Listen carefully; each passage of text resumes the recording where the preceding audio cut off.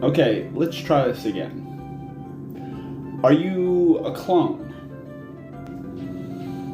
No, I'm not a clone. Okay, are you long lost twin? Wait, don't you have a twin? Alright, I do have a twin. What about multiverse theory?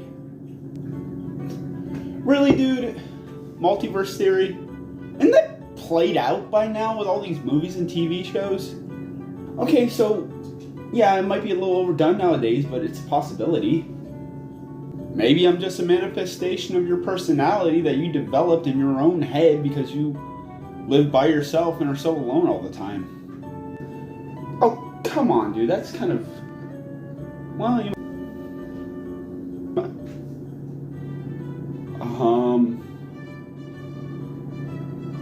Dude? Where'd you go? Oh, I'm fine. Hey, wait a minute, was that my last energy drink? How do you tell a story about the fastest man alive? Do you give him an opposition to face him on the same level, even similar powers, which I know is a trope, but have him face an opponent that is not only his equal, but maybe even his superior?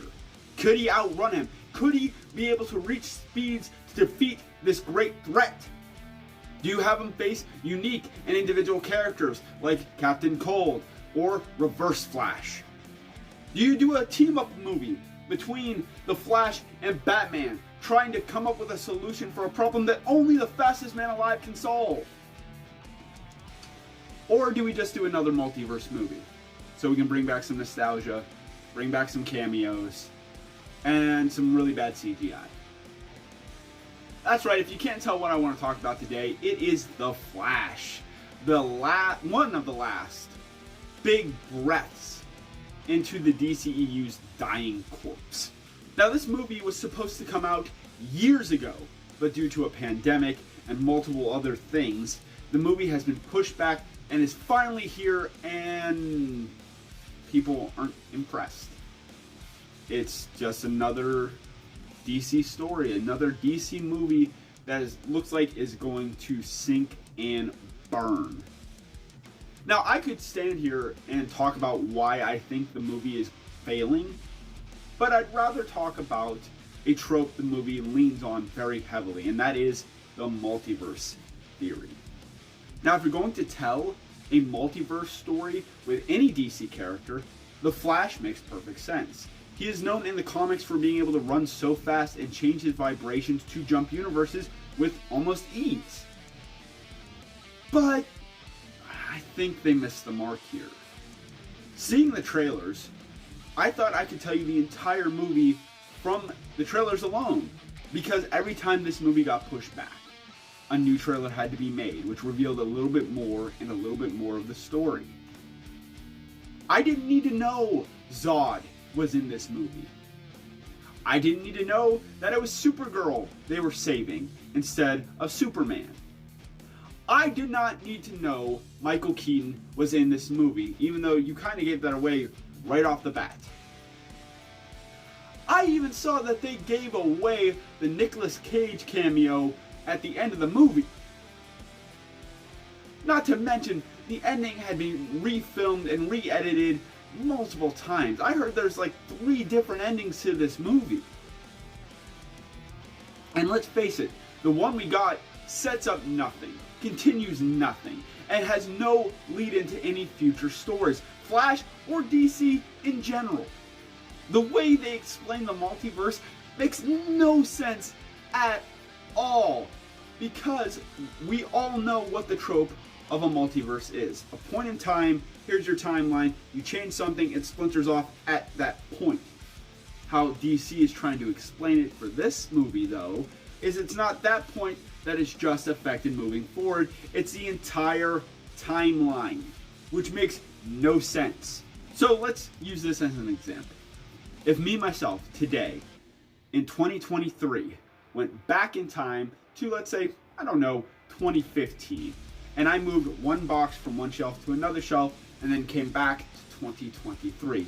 How does me doing something in 2015 affect 1993 or 1985, or what type of alien lands on Earth that wasn't even on the planet I messed around on? What I'm trying to explain in a very angry tone is the explanation they give for why the timeline changed, why Ben Affleck is no longer Batman, why Michael Keaton steps into the role for this movie, and why Clark isn't Superman, but it's Supergirl instead, makes absolutely no sense. With all that being said, I liked the movie. I thought it was pretty fun. Yeah, the CG didn't look great, and it probably could have used a little bit more editing to help with all that. Not to mention, this movie does feel a little outdated because it was supposed to come out years ago. And again, the ending doesn't set up anything leading to James Gunn DCU, so by the end of it, it does kind of feel pointless.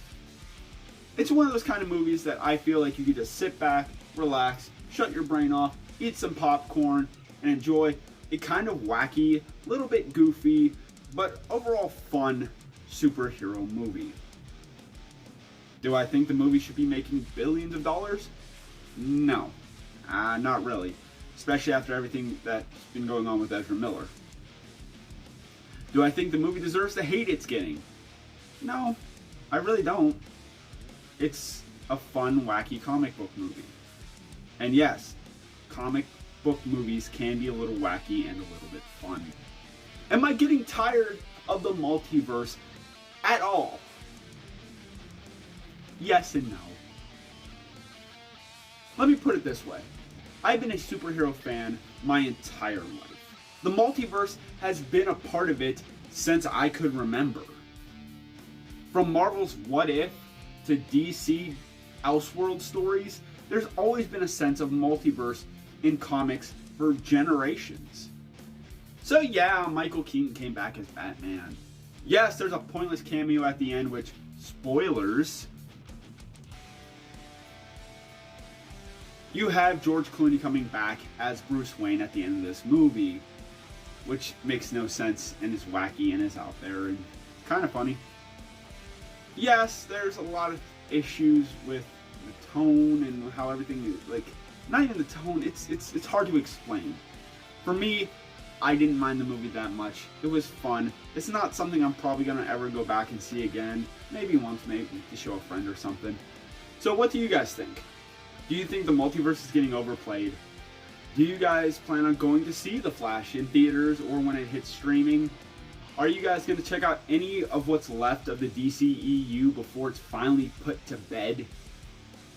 Leave a comment and let me know.